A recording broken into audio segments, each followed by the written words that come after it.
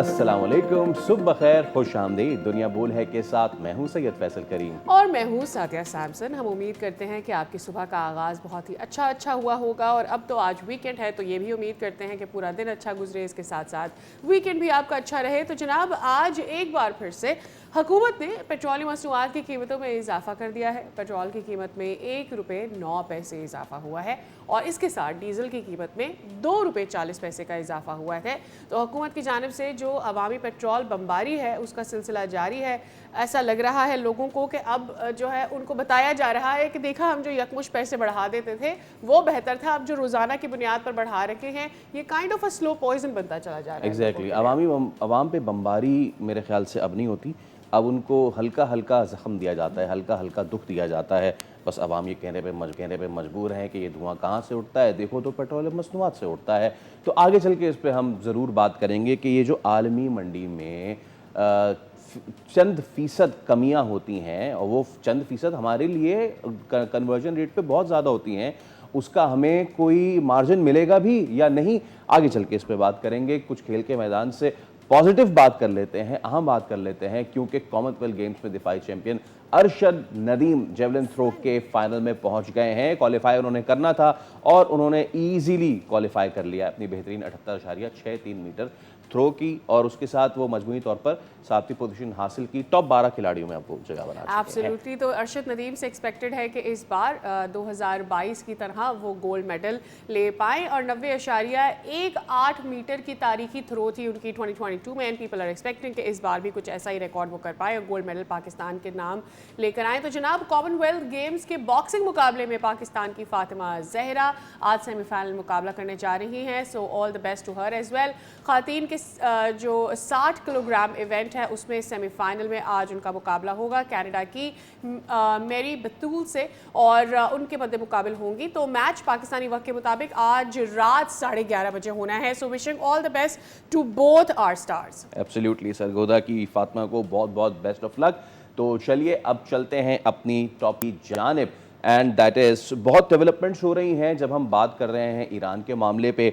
और जब हम बात कर रहे थे सादिया इन दिनों में, तो कहीं ये चीज़ पसे पुछ रह गई थी कि वो गज़ा का क्या हुआ जिसकी वजह से सारा मामला रहा है। तो उस पर सबसे बड़ी डेवलपमेंट हुई है और जो बोर्ड ऑफ पीस बनाया गया था, अब उसके मुताबिक हमास ने जो है वो फाइनली विदड्रॉ, हथियार ले डाउन करने, पीछे हटने का कह दिया है, मरहलावार गैर मुसल्लह होने को कह दिया है और ड्राफ्ट एक रोड मैप तैयार कर लिया गया है। बिल्कुल, अब इसमें देखना यह है कि ये हमास का डिसआर्ममेंट और उसका ऑफिशियल हो जाना क्या वाकई गज़ा की जो फ्यूचर है उसके लिए अच्छा है या नहीं। इसके साथ साथ हम ये देख रहे हैं कि as we talking about this, जो बोर्ड ऑफ पीस है उसके मुताबिक हमास मरहलावार अब जो है डिसआर्म होगा और हमास ने मुआहदे की तस्दीक करते हुए अमल दरामद को मज़ीद तेज़ी के साथ आगे लेकर जाने का भी इशारा दे दिया है। और इसराइल से जो इनका इनखला है इसराइली फोर्सेस का, वो भी अब एक्सपेक्ट किया जा रहा है कि वो शुरू हो जाएगा गज़ा से, बिकॉज एक शर्त जो थी वो हमास की डिसआर्ममेंट थी। तो जनाब, मुआहदे के तहत गैर मुसल्लह होने के साथ इसराइली अफवाज मरहलावार अब गज़ा से एज आई सेड वापस जा रही हैं और बैनुल-अक़वामी जो इस्तेहकाम है उसके साथ साथ फोर्सेस जो है गज़ा में सिक्योरिटी और नई जो फ़लस्तीनी पुलिस है उसकी मुआवनत करेगी और फिर ख़ास करके जो गज़ा की डेवलपमेंट है उसका काम शुरू होगा। जितना वहाँ नुकसान हुआ है और जो लोगों को खुराक नहीं मिल पा रही थी, दीगर जो मसाइल थे गज़ा के, वो भी अब सॉल्व होना शुरू हो जाएंगे। अच्छा, ये तो एक चीज़ सादिया, लेकिन अब दूसरी एक और चीज़ भी अब सामने आ रही है कि हमने एक साइड पे देख लिया कि जनाब board of piece and all, लेकिन दूसरी तरफ जो ईरान का मामला चल रहा है हॉर्मोज़ को लेकर, और अब तो हॉर्मोज़ से मामला बहुत आगे बढ़ गया है, अब तो बहर अहमर और दीगर चीज़ें भी सामने आ रही हैं। तो अब उसमें कल सऊदी अरब ने एक इत्तेहाद बनाया है। बुनियादी तौर पे तो 43 ममालिक थे जो इसमें आए थे गुफ्तगू शुनीद करने के लिए और 14 ममालिक का ये इत्तेहाद कायम हुआ है। पाकिस्तान ने भी इस इत्तेहाद की हिमायत की है। अब ये ऐसा क्यों हुआ है भाई? ऐसा इसलिए हुआ है क्योंकि हुर्मुज़ के बाद अब बाबुल मंदब पे भी सबकी निगाहें थीं कि उसको बंद कर लेते हैं और पिछले दिनों हुसीस ने किया भी यही। यानी कि सादिया, अगर बात की जाए इन टोटालिटी तो 3 चोक पॉइंट्स हैं जो दुनिया की जो आबी गुजरगाहें हैं जिससे तेल की रसद होती है। ऑब्वियसली हमने स्ट्रेट ऑफ हॉर्मुज़ की तो बात देख ली है, लेकिन जब स्ट्रेट ऑफ हॉर्मुज़ जो है एक बोन ऑफ कंटेंशन बन गई तो अब उससे पीछे जो 2 मज़ीद चोक पॉइंट्स हैं जिसमें बाबुल मंदब है और बाबुल मंदब से पर स्विस कैनाल की भी एक जो सिचुएशन है, कहीं वो उसमें ख़राबी पैदा ना हो जाए। तो इसलिए अब ये 14 ममालिक का इत्तेहाद जो है वो बनाया गया है, और अब इस इत्तेहाद में देखना यह है कि क्या सूरत हाल बनती है इस खित्ते की, क्योंकि जैसे कि हमने कल भी देखा रात में कि जो इराक़ में ग्रुप्स हैं उन पे सऊदी और अमरीकी फ़िज़ाइये ने मिल के बमबारी की है। एब्सोल्युटली। तो इस पर बात कर लेते हैं। डॉक्टर हामिद अल-मशरक़ी हमारे साथ मौजूद हैं। आप माहिर हैं बैनुल-अक़वामी अमूर के लिए, तो तमाम तर जो इस वक्त डेवलपमेंट हो रही है अक्रॉस, इस पर डिस्कशन कर लेते हैं। डॉक्टर साहब, बहुत शुक्रिया आपके वक्त के लिए। It's wonderful to have you one more time in the show. Sir, इस वक्त जो सिचुएशन बन रही है वो आपके भी सामने है। फर्स्ट ऑफ तो तीन चीज़ें हैं जो मैं पहले जिक्र कर लेती हूँ। एक तो बैनुल-अक़वामी इत्तेहाद जो बनने जा रहा है, हमारी जो समंदरी सरहदें हैं वहाँ पर क्या सूरत हाल बन रही है, और फिर हम बोर्ड ऑफ पीस का भी जिक्र करेंगे, ईरानी सूरत हाल का भी जिक्र करेंगे। तो सबसे पहले तो अगर हम हमास की डिसआर्मामेंट के हवाले से बात कर लें कि गज़ा में हम देख रहे हैं, वेस्ट बैंक में हम देख रहे हैं, इसराइली हमले मुसलसल जारी है। हमास का डिसआर्म होना क्या वाकई ही हम उससे समझें कि गज़ा के लिए उसका स्ट्रक्चरल चेंज, उसकी अपग्रेडेशन होगी या नहीं होगी?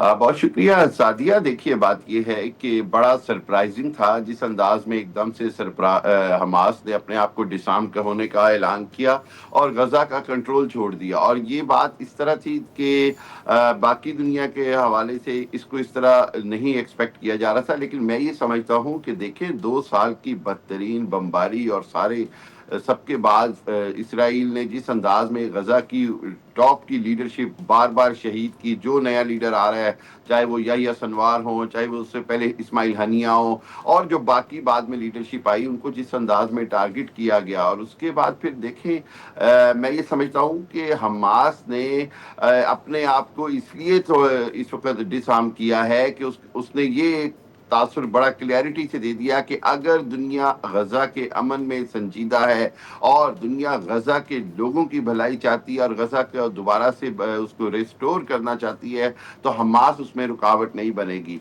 लेकिन वहीं पर ये देखना होगा कि क्या ये बोर्ड ऑफ पीस वो डिलीवर करेगा जो ये वादा करेगा, या ये वो करेगा जो सदर ट्रंप बाकी दुनिया के साथ कर रहे हैं और ख्वाब दिखा रहे हैं। और ये कोशिश की जा रही है कि गजा के लोगों को गजा से बेदखल कर कर वहाँ पर एक नया शहर बसा दिया जाए। और कभी वो सिंगापुर और दुबई की मिसालें देते हैं, और दूसरे ममालिक की कि यहाँ पर कोई मॉडर्न सिटी बना दिया जाएगा, जो कि गजा के लोगों के लिए काबिल कबूल नहीं होगा। और मैं आपको बता दूं कि अगर ऐसी सूरत की गई तो हमास जो है वो दोबारा एक्टिवेट भी हो जाएगी।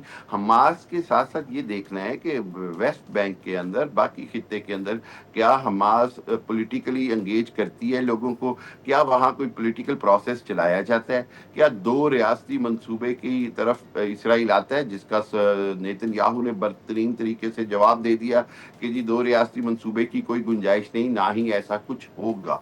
तो मैं ये समझता हूँ कि हमास ने इस वक्त अपनी आपको जो कहते हैं ना, दोबारा से अपनी ताकत को यकजा करने के लिए, दूसरा अमन को एक भरपूर मौका देने के लिए, तीसरा बोर्ड ऑफ पीस को ये बात देने के लिए कि जी अगर आप चाहते हैं गजा के लोगों की भलाई, तो उसके अंदर हमास रुकावट नहीं बल्कि हमास उसका साथ देगा।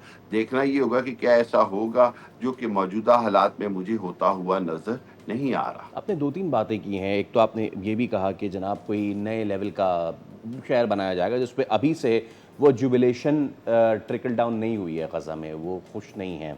एक तो चीज़ ये, दूसरी चीज़ ये कि अगर तो ऐसी चीज़ होती है और आप कह रहे हैं कि हमास दोबारा से एक्टिव हो सकता है, आप खुद कह रहे हैं सर कि उनकी लीडरशिप को एक एक करके हटाया गया, रिमूव किया गया, टू द फैक्ट कि they are been razed to the ground literally. क्या दमखम इतना रह गया है हमास में, या इस तरह की दीगर मज़ाहमती ग्रुप्स में जो खित्ते में हैं कि वो अगर ऐसी कोई चीज़ होती है तो उसको उठ के रेजिस्ट करें? देखिए, आपने देखा कि 2 साल की बदतरीन बमबारी के बावजूद, जिस तरह अभी आपने भी कहा कि बिल्कुल रबल कर दिया गया, मलबे का ढेर बना दिए गए गजा को, लेकिन इसराइल कब्जा तो नहीं कर सका, इसराइल हमास को ख़त्म नहीं कर सका। हमास ने खुद अपने आप को एक तरह से गैर मुसल्लह किया है। तो अब ये दोबारा से मैं समझता हूँ कि चूंकि पब्लिक के अंदर उनकी जड़ें हैं, पब्लिक के अंदर उनकी पॉपुलैरिटी है, अगर बाकी दुनिया का वो मौक़िफ़ मान लिया जाए कि उनकी पब्लिक पॉपुलैरिटी नहीं है तो हमास कब की ख़त्म हो गई होती। मैं ये समझता हूँ कि अगर गज़ा के लोगों को डिलीवर नहीं किया जाएगा तो खुद ब खुद हमास जो है वो दोबारा मजबूती की तरफ आ जाएगी और दोबारा लोग जान जाएंगे कि यहाँ पर इसराइल के खिलाफ मुसल्लह जिद्दोजहद के अलावा कोई रास्ता नहीं है, जो कि हमने पहले भी देखा, पीएलओ के वक्त देखा, यासिर अरफात के वक्त देखा, उसके बाद जो लीडरशिप थी हमास की उसके वक्त देखा। मैं ये समझता हूँ कि आज जहाँ पर मसला फ़लस्तीन खड़ा है और जहाँ पर दुनिया पूरी फ़लस्तीन की हमायत में खड़ी है, उसमें बहुत बड़ा रोल जो है वो हमास का है, जिसने ये दुनिया को दिखाया कि इसराइल एक ऐसी ज़ालिम और जाबर रियासत है जो कि बच्चों का कत्लेआम करती है, बमबारी करती है जी। स्कूलों पर, हॉस्पिटल्स पर और सब जगह पर, जिसका नतीजा ये है कि आज दुनिया फ़लस्तीन की रियासत के को तस्लीम भी कर रही है और 2 रियासती हल की तरफ जो है वो कोशिश की जा रही है कि इसराइल पर इसका दबाव डाला जाए। राइट। हामिद साहब, अब ज़रा हम बात कर लेते हैं एक अलायंस जो कि मैरीटाइम डिफेंस अलायंस बनाया गया है। सऊदी अरब चाहता है कि चाहे फिर वो बहर अरब हो, इसके अलावा गल्फ़ ऑफ एडन हो, बाब अल मंदब हो, यहाँ के स्ट्रेट्स के ऊपर तहफ़्फ़ुज़ रहना चाहिए। पाकिस्तान इसका हिस्सा बना है, दीगर ममालिक इसका हिस्सा बनना चाहते हैं। किस तरह, बिल्कुल। कितना ताकतवर इस अलायंस को आप देख रहे हैं, knowing the situation of strait of Hormuz? जी, सादिया देखिए, इस अलायंस से पहले आपको याद होगा जब सीज़ फायर चल रहा था अमेरिका और ईरान का, तो उस वक़्त आपने हरमुज़ के हवाले से जो ट्रैफ़िक गुज़रनी है, जो शिप्स वहाँ से गुज़रे उसके हवाले से बहुत सारे मैकेनिज़्म डिस्कस हो रहे थे। उन मैकेनिज़्म्स के अंदर भी यही बात हो रही थी कि इसका शायद कंट्रोल जो है वो 3 या 2 या 3-4 ममालिक यानी ओमान, ईरान और पाकिस्तान मिलकर करेंगे और इस तरह का कोई मामला होगा कि जिसके तहत ये मुस्तकिल तौर पर खुला रहे चाहे जंग की हालत भी हो। इसी चीज़ के बाद फिर अभी जब सीज़फायर ख़त्म हुआ तो हमने देखा कि हौतीज़ ने जिस अंदाज़ ने बाब अल मंदब को स्ट्रेस किया और उसको एक थ्रेट में ले आए, सऊदी अरब के टैंकर्स पर हमला किया। तो उसके बाद एक बात बड़ी मैं समझता हूँ कि ये सऊदी अरब की तरफ से बड़ा अहम और बड़ा बरवक़्त फ़ैसला है कि एक बार पूरी दुनिया की में जो मैरीटाइम के हवाले से जो फूड चेन सप्लाई, जहाँ समंदर दुनिया का सबसे बड़ा आज भी सोर्स है बिल्कुल। फूड चेन का, एक्सपोर्ट्स का, इंपोर्ट का, फिर उसके बाद वहाँ पर दुनिया की सबसे बड़ी इंटरनेट केबल है। इन सारी चीज़ों के बावजूद अगर हम समझे तो ये एक बेहतरीन तरीका है कि वहाँ पर एक जॉइंट मैकेनिज़्म बनाया जाए, लेकिन इसके अंदर अगर ईरान और ओमान की मर्ज़ी शामिल नहीं होगी तो मौजूदा जंगी हालात में इसका अमली तौर पर, मुकम्मल तौर पर फ़ाल होना बहुत मुश्किल होगा, क्योंकि आबना हरमुज़ जो है वो मुकम्मल तौर पर ईरान के कंट्रोल में है। और जिस तरह के हम बात कर रहे हैं, चाहे वो सुएज़ जो है कनाल की बात हो, अब बाब अल मंदब हो, बाब अल बलाका हो या दूसरे हों, वहाँ पर जो आबना बलाका के या दूसरे हों, वहाँ पर तो मैं नहीं समझता कि कोई भी मुकम्मल तौर पर कंट्रोल कर सकता है। उसकी वजह ये है, उसकी बड़ी बुनियादी वजह ये है कि उसके अंदर जहाँ वहाँ पर जो ममालिक जो उसको के करीब हैं, जियोग्राफिकली उनका कोई ऐसा कॉन्फ्लिक्ट नहीं है, जहाँ जी। पर उनकी कोई जंगी सूरत-ए-हाल बने। ये एक बहुत अच्छा इक़दाम है, बड़ी अच्छी कोशिश है इस तरह का इत्तेहाद बनाने की, जिससे दुनिया के अंदर जो सप्लाई चेन है, उसको हमेशा के लिए सिक्योर किया जाए। फूड सिक्योरिटी हो, ऑयल सप्लाई चेन हो या दूसरे मामलात हों, लेकिन इसका काबिल अमल होना उस वक़्त तक मुमकिन नहीं है, जब तक खुद ईरान इसके अंदर शामिल ना हो। और इसमें सर वो जो हम समझ रहे थे कि एक नया पावर ब्लॉक बनने जा रहा है the global south with aid from China and Russia, ठीक है, और वो अमेरिका यस। के खिलाफ इस ब्लॉक को खड़ा करके मुस्तहकम करना चाह रहे थे। उस आर्गुमेंट में अभी भी दम है, बिकॉज आप देख लें कि चाइना भी उस तरीके से आगे बढ़ के ये पिछले 1.5 से 2 हफ्तों में वो खुल के सामने नहीं आया। खुल के सामने तो क्या है, वो पीछे से भी उसने मेरे ख्याल से सपोर्ट शायद बिल हटाई है। So what do you think about that? देखिए, मैं ये समझता हूँ कि ग्लोबल साउथ का उस अंदाज में अभी काबिल अमल होना ना होना जो है वो बड़ा सामने नज़र आ रहा है और मैं नहीं समझता कि वो अभी इस तरह एग्जिस्ट करेगा। और देखिए, चाइना के हवाले से आप मैं बड़ी अच्छी तरह जानते हैं कि वो पीछे रहकर तो सपोर्ट कर देता है, वो किसी भी कॉन्फ्लिक्ट का पिछले 60-70 सालों में किसी भी कॉन्फ्लिक्ट का डायरेक्ट हिस्सा नहीं बना। कहीं पर जहाँ-जहाँ भी एक्सपेक्ट किया गया, चाइना ने या तो रिस्ट्रेन किया या फिर बैक एंड के ऊपर हेल्प की, लेकिन ओपनली कभी भी कॉन्फ्लिक्ट का हिस्सा नहीं बना।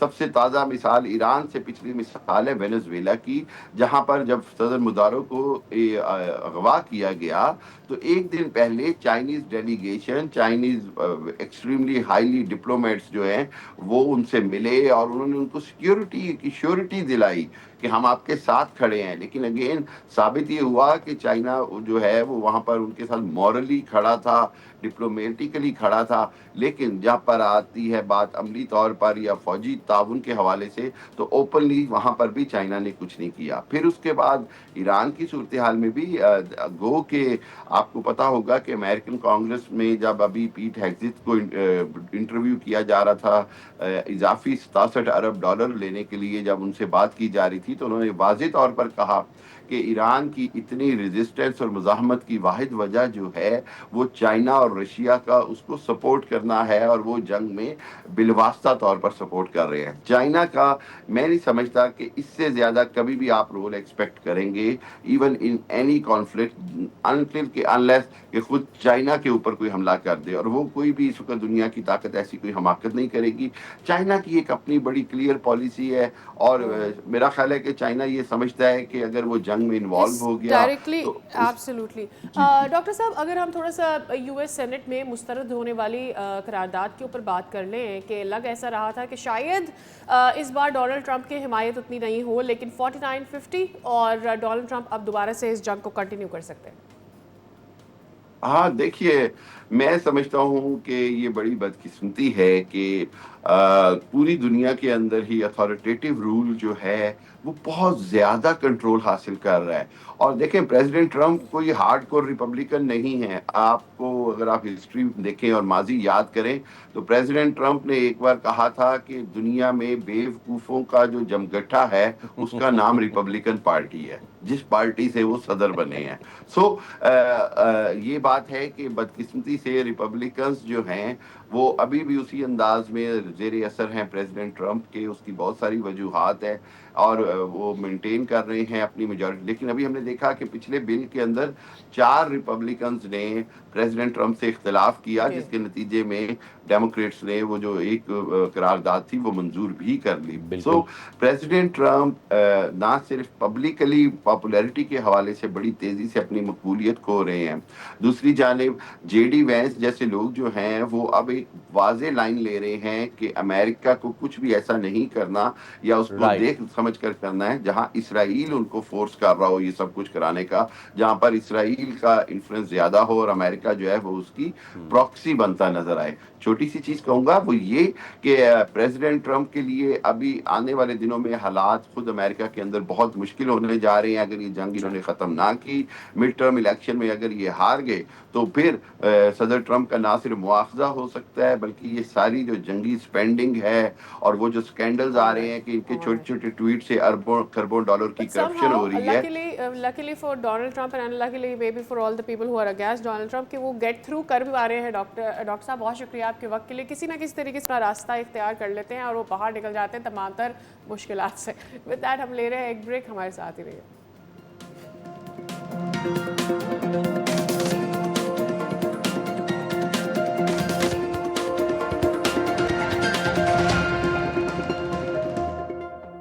Welcome back. अब प्रोग्राम के सेगमेंट में बात करेंगे हम मौसम की, और जो हम रोज़ाना कहते हैं कि भाई बड़ा खुशगवार मौसम था, कराची में तो नहीं था आज, और आज बल्कि कल दोपहर से अंदाज़ा हो रहा था कि गर्मी हो रही है, और आज तो सुबह में कोई ओवरकास्ट भी नहीं था।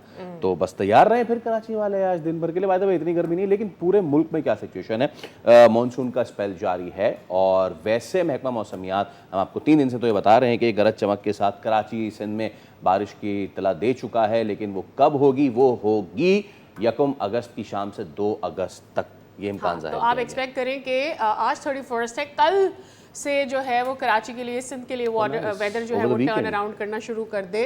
We really hope. खैर एट द सेम टाइम जो ओवरऑल सिचुएशन है वो क्यों है, वो इसलिए है क्योंकि खलीज बंगाल में डीप डिप्रेशन है और उसकी वजह से जब दबाव बढ़ता है बहरा अरब में तो फिर हम देखते हैं कि मानसून की हवाएं चलती हैं जो कि मौसम को शिद्दत देती हैं।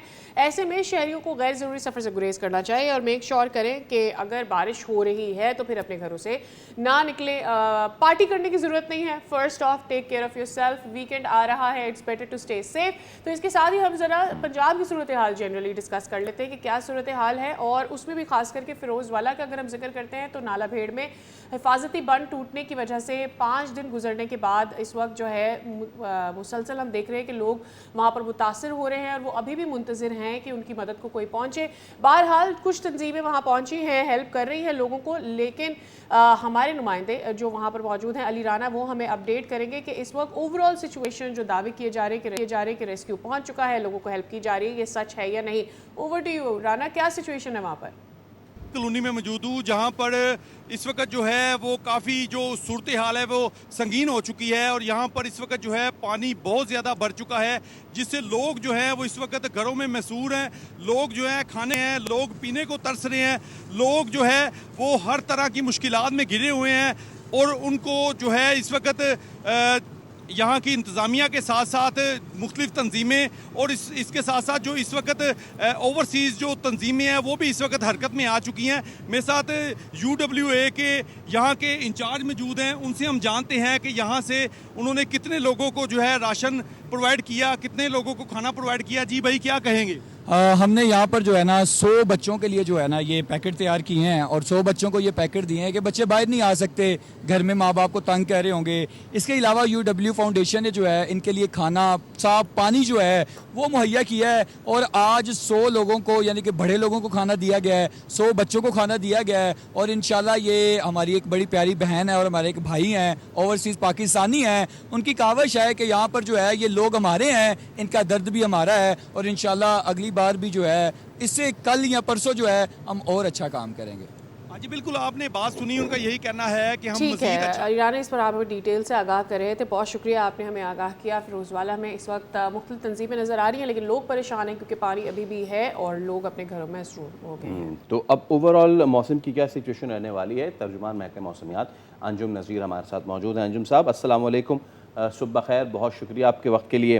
अंजुम साहब, क्या प्रोडिक्शंस है अब ओवर द वीकेंड और आने वाले हफ्ते में, और ख़ास तौर पर ये जो डीप डिप्रेशन बन रहा है, क्या इसके असरात होते हैं, अगर आप एक हमें एज ए लेमैन समझा सकें? जी वालेकुम अस्सलाम, बहुत शुक्रिया। देखिए जो डीप डिप्रेशन था वो अब थोड़ा सा कमज़ोर होकर डिप्रेशन की सूरत में इस वक्त सदर्न मध्य प्रदेश इंडिया के ऊपर मौजूद है और होपफुली कि ये अब फर्दर मूव करेगा वेस्ट नॉर्थ वेस्ट और तकरीबन सिंध की जो बॉर्डर है इस तक ये पहुंच जाएगा ऑलमोस्ट आज शाम या रात गए तक। और इसके बायस जो है वो सिंध के जो मशरक़ी अज़ला हैं जिसमें थरपारकर, उमरकोट, मीरपुर ख़ास, सांगड़, फिर आगे आ जाएँ तो हैदराबाद और शहीद बेनज़ीराबाद, यहाँ इन इलाकों में आज रात या शाम से लेकर 2 तारीख या सम इलाकों में 3 तारीख तक जो है वक्फे से बारिशों के इम्कानात हैं। इस दौरान जो है शदीद मूसलाधार बारिश भी हो सकती है जिसकी वजह से जो है वो इन इलाकों में ऑलरेडी बता दिया गया है कि अर्बन फ्लडिंग की सूरत हाल डेवलप हो सकती है। और इसके बाद अगर हम बात करें नदरन सिंध की, जिसमें सखर, लाड़काना, जैकबाबाद, खैरपुर और दुशहर फ़िरोज़ और दादू के अज़ला हैं, यहाँ पर भी मुतदिल यानी कि दरमियानी लेवल की बारिश हो सकती है। फिर अगर हम कराची की बात करते हैं तो कराची में जी कल यानी कि 1 अगस्त की तकरीबन दोपहर से जो है वो बारिश के इम्कानात मौजूद रहेंगे, जो कि सिलसिला 2 तारीख तक तो कंफर्म है। माइट भी कि 3 तारीख को भी कोई आइसोलेटेड स्पेल कराची में हो सकता है। इस दौरान ये बात जहन में रखिएगा कि कराची में कोई शदीद बारिश के इम्कानात नहीं हैं, कराची में दरमियाने दर्जे की बारिश के इम्कानात ज़रूर मौजूद हैं। ताहम जो इसके आउटस्कर्ट्स हैं, ख़ास तौर पर जो मशरक़ी, जिसमें आप गुलशन हदीद वगैरह का एरिया या बहरिया टाउन DHA की बात करें, वहाँ कुछ तेज़ बारिश हो सकती है। ठीक है, तो चलिए जी, सिंध की सूरत हाल के हवाले से आपने हमें आगाह किया। अब अगर आप हमें केपी की सूरत हाल और साथ में अगर आप हमें कश्मीर की सूरत हाल के हवाले से भी आगाह कर सकें कि वहाँ पर क्या सूरत हाल गिलगित बल्तिस्तान पे भी बनती नज़र आ रही है। क्या जो 31 तक का स्पेल कहा जा रहा था, 29 31, इज़ इट ओवर या मज़ीद बारिशें होनी हैं? नहीं देखें, तकरीबन ये अपर एरिया के लिए 5 तारीख तक ये वक्फे वक्फे से ये बारिश का सिलसिला जारी रहेगा, जिसमें केपी हो गया, कश्मीर हो गया या नादन पंजाब हो गया। ये सिलसिला इन इलाकों में 5 अगस्त तक है वक्फे वक्फे से, क्योंकि एक तो अरेबियन सी और बे ऑफ बंगाल से मॉइस्चर आ रहा है, उसके साथ साथ मगरबी हवाओं का सिलसिला जो है वो तकरीबन कल से मज़ीद स्ट्रेंथन होगा, जिसकी वजह से इन इलाकों में मज़ीद बारिश के इम्कानात हैं, जिसमें जो है वो शदीद मूसलाधार बारिश भी हो सकती है। इवन कश्मीर के इलाकों में, केपी के इलाकों में, जीबी में और अपर पंजाब में। सर, मैं आपसे एक चीज़ थोड़ा सा ऑफ द पेज आके पूछने की कोशिश करूँगा। हमने आपसे जब भी गुफ्तगू की, आपने ज़रूर ही हमें बताया कि जितना नॉर्मल है मॉनसून वही हो रहा है और नॉर्मल या लेस देन नॉर्मल हुआ है। तो क्या वाकई ऐसा हुआ है अब तक की जो इस पूरे टेन्योर में हुई है इस साल में बारिश? और अगर तो नॉर्मल या लेस देन नॉर्मल है तो क्या आने वाले दिनों में ज़राअत पे हमारी कोई असर पड़ने जा रहा है इससे, या फिर ये बस एक बात है जो बनाई हुई है, बारिश जो है वो मामूल के मुताबिक हुई है?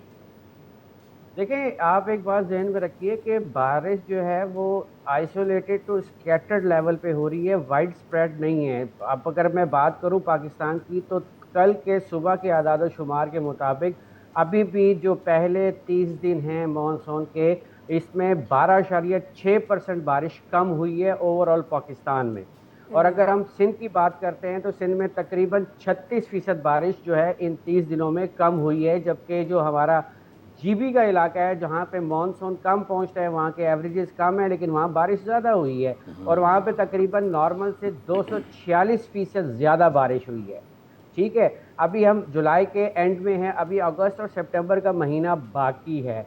तो अगर आप ये देखते हैं कि इसको ओवरऑल देखें, ज़राअत के ऊपर देखें, तो ये एक अभी तक आइसोलेटेड इवेंट्स चल रहे हैं, ये वाइड स्प्रेड नहीं है। पाकिस्तान के बहुत सारे इलाकों में अभी उस तरह मुतवातिर तरीके से बारिश नहीं हुई है, जिस तरह के सेंट्रल सिंध हो गया या अपर सिंध में अभी तक मानसून की कोई ख़ास अच्छी बारिश नहीं हुई, जो कि ज़रई इलाके हैं।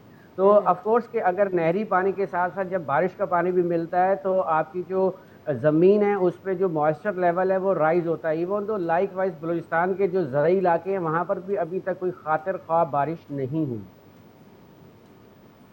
ठीक है अंजुम साहब, बहुत शुक्रिया, आप हमें बता रहे थे मौसम की सूरत हाल अगले चल रहने वाली है। तो कराची वालों के लिए अच्छी खबर है, बारिश कंट्रोल्ड होगी, तो आप बारिश इंजॉय करें, और फिर जो बारिश से मामलात हो जाते हैं ख़राब वो भी उतने नहीं होंगे क्योंकि बारिश इतनी होगी नहीं। तो जनाब आगे बढ़ते हैं, लाहौर का रुख करते हैं। एक बड़ा ही अफसोसनाक वाक़या पेश आया था जिसके ऊपर पेशरफ जानना ज़रूरी है। बागबानपुरा के मोहल्ले कोटली पीर अब्दुर्रहमान में छत गिरने का वाक़या पेश आया था और इसमें 11 अफराद की नमाज जनाजा अदा की गई है। इस पर दीगर जो डिटेल्स हैं कि क्या तमाम तर इंतज़ाम किए गए हैं, हमारे साथ हमारे कॉरेस्पॉन्डेंट हैं, हम उनसे जान लेते हैं कि इस वक्त वहाँ पर क्या सूरत हाल बन रही है। अफजाल अब्बासी, आगाह कीजिए।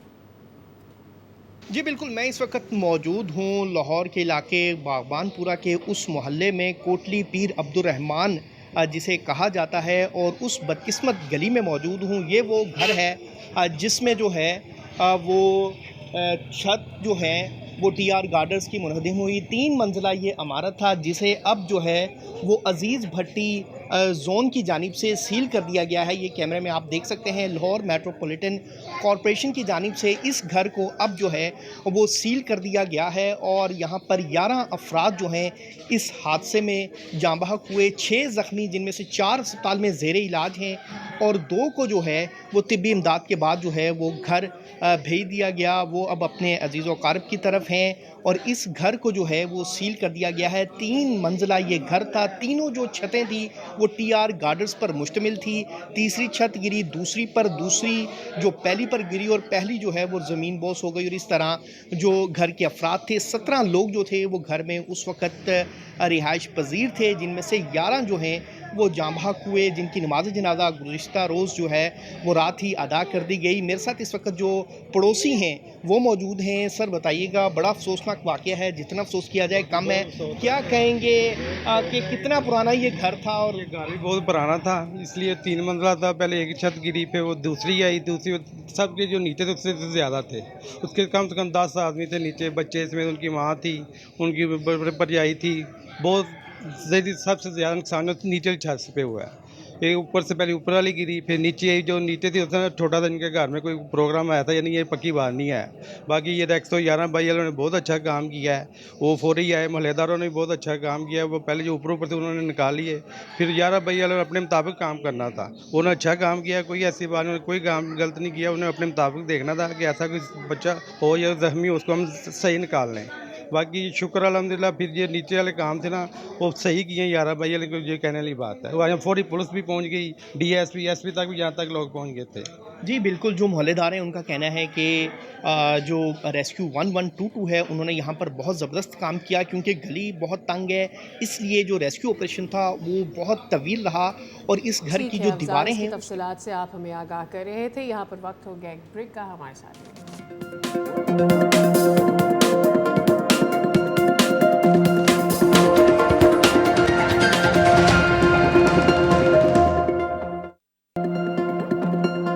Welcome back. डिजिटल निज़ाम से शहरियों को सहूलत देने के लिए शुरू किया गया था ई चालान सिस्टम। अब वो जालसाजों के हत्थे चढ़ गया है और अब जाली एसएमएस भेजे जा रहे हैं। हम आपको एक फुटेज भी दिखाते हैं कि किस तरीके से ये तमाम चीज़ें होती है। Well it's screen recording basically, कि वो आपको एक तो जाली एसएमएस आता है, उसमें जाली लिंक भी आता है। अब लोगों को ये समझने की ज़रूरत है या उनको ये बताने की, आगाही देने की, obviously from the traffic department ज़रूरत है कि उनका कौन सा नंबर है जिससे मैसेज आए। तो और अगर उनका कोई नंबर है भी या नहीं। अच्छा, दूसरी चीज़ ये, जब आप इस वेबसाइट पे जाते हैं, बेसिकली ये एक स्क्रीन रिकॉर्ड है जो हमने खुद टेस्ट किया है कि वाकई जो लोग ये दावा कर रहे हैं कि कोई मामलात गलत हैं वो है भी या नहीं। तो हुआ ये कि हमारे जो रिप्रेजेंटेटिव हैं उन्होंने, उनके पास एक मैसेज आया, उन्होंने उस मैसेज को क्लिक किया। If you go back to that recording again, जैसे ही उन्होंने उसको क्लिक किया ये लिंक खुल गया। जब ये लिंक खुला तो उन्होंने 000 डाल दिया CNIC की जगह, अपने नंबर की जगह भी उन्होंने 000 डाल दिया।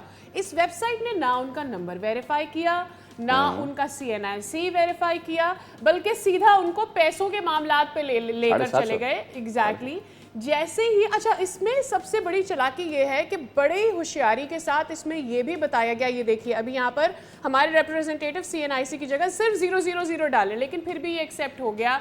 फिर ये अगले मरहले में आपको बताता है कि भैया पैसे नहीं भरोगे, चालान नहीं भरोगे तो तुम्हारे खिलाफ ये हो जाएगा, वो हो जाएगा, तुम्हारी गाड़ी उठा ली जाएगी, ऑल दैट। तो लोग जो हैं डर जाते हैं, वो आगे प्रोसीड करते हैं तो वहाँ पर उनसे वो उनका CVV मांगता है, जो आपके ATM के पीछे लिखा होता है, जो 3 डिजिट का कोड होता है जहाँ से आपकी ट्रांजैक्शन हो सकती है। और फिर ये आपको स्पेशल डिस्काउंट भी ऑफर कर रहा है, आपको 750 के बजाय 500 रुपये भी देने होंगे। नाइस। काजी नोमान मुजाहिद, साइबर सिक्योरिटी एक्सपर्ट मौजूद हैं। काजी साहब अस्सलाम वालेकुम, गुड मॉर्निंग और बहुत शुक्रिया हमें वक्त देने के लिए। काजी साहब, ये तो एक चीज़ है ना, CVV तो बहुत सारे लोग समझते हैं कि नहीं देना चाहिए, बहुत सारे लोग, सादा लोग नहीं समझते, शायद दे देते हैं। क्या बात इससे भी आगे जा सकती है? क्या can they hack our systems, our mobiles through this thing? वालेकुम अस्सलाम। बहुत शुक्रिया, आपने आज मुझे इस इम्पोर्टेंट टॉपिक के लिए इनवाइट किया है अपने प्रोग्राम में। जी बिल्कुल, बात इससे बहुत आगे जा सकती है और इस बात पर कंटिन्यूसली ना सिर्फ साइबर सिक्योरिटी एक्सपर्ट्स बल्कि गवर्नमेंट अथॉरिटीज़, बैंक्स, हर कोई आप एम्फेसाइज कर रहा होता है, आपको रिपीटेडली ईमेल्स कर रहा होता है, बता रहा होता है कि आपने किसी को ये इन्फॉर्मेशन नहीं देनी है, आपने किसी को कोई कोड नहीं बताना है। और हम तो यूँ कह लीजिए कि हम इस तरह बताते हैं कि आपको अगर कहीं भी कोई इनपुट देनी है, कोई लिंक क्लिक करना है, कोई फाइल डाउनलोड करनी है, कोई फाइल खोलनी है, कोई लिंक क्लिक करना है, कोई OTP बताना है, तो बस रुक जाइए और आपको वो इन्फॉर्मेशन शेयर करने की जरूरत नहीं, चाहे वो अपने आप को कितनी बड़ी अथॉरिटी से ही क्यों ना मुंसलिक बता रहा हो। प्रॉब्लम एक ये भी है कि हम स्मार्ट मोबाइल तो यूज़ कर रहे हैं, हम स्मार्ट टेक्नोलॉजी तो यूज़ कर रहे हैं, बट हम लोग स्मार्ट नहीं हैं। हमें स्मार्ट होना होगा, हमें विजिलेंट होना होगा।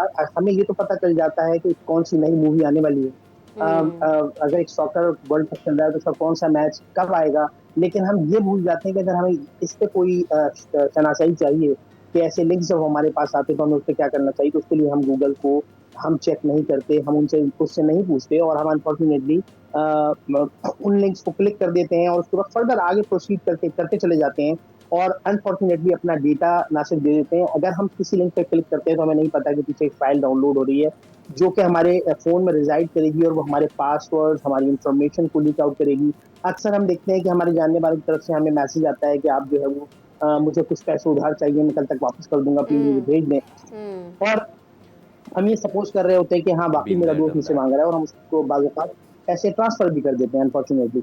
लेकिन वो एक्चुअली उसका उसका व्हाट्सएप हैक हुआ हुआ होता है, उसके तमाम कॉन्टैक्ट्स को भेजकर और वो ये चाह रहा होता है कि हम मुख्तलिफ़ लोगों से वो पैसे हासिल कर लें और जब वो आपको अकाउंट नंबर देगा तो वो कोई आपको बैंक अकाउंट नंबर नहीं बल्कि मोस्टली वो आपको अ, ईज़ी पैसा, जैज़ कैश का नंबर देगा। अथॉरिटीज़ को इस पे काम करना चाहिए कि ये जो अकाउंट्स बने हुए हैं उनको कैसे रोका जाए कि जो अनऑथराइज़्ड अकाउंट्स खुल रहे हैं और लोग उससे पैसे मंगवा रहे हैं, वो ट्रैक क्यों नहीं हो पाते।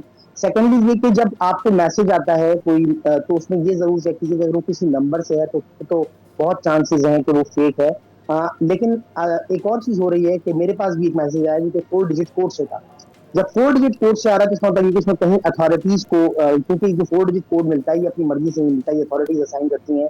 तो अगर ये 4 डिजिट कोड कोई लेने के बाद इस तरह का काम कर रहा है तो वो ट्रैक क्यों नहीं हो पा रहा और क्यों नहीं पकड़ में आ रहा है, इस पे अथॉरिटीज़ को, गवर्नमेंट को बहुत ज़्यादा काम करने की ज़रूरत है।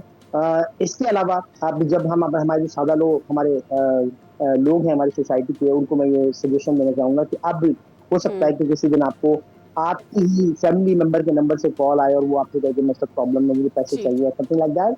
but लेकिन that's one आपने part of it ना। उस वक़्त that's one part of it कि भाई हम एग्ज़ैक्टली इसके एग्ज़ैक्ट अंदर क्या कर सकते हैं। ठीक है, बहुत सारी हमें पता है हमारी बहुत बड़ी आवाम जो है वो ये भी है जो कि इलिटरेट है, इंटरनेट की तरीके से भी इलिटरेट है और फिर उनको ये भी नहीं पता कि तरीकाकार क्या होता है, कहाँ रिपोर्ट करें और तो हमें क्या इकदामात हमारी स्टेट को भी करने चाहिए इसकी रोकथाम के लिए। अब देखिए ये सिंध पुलिस का नाम यूज़ कर रहे हैं। हुँ।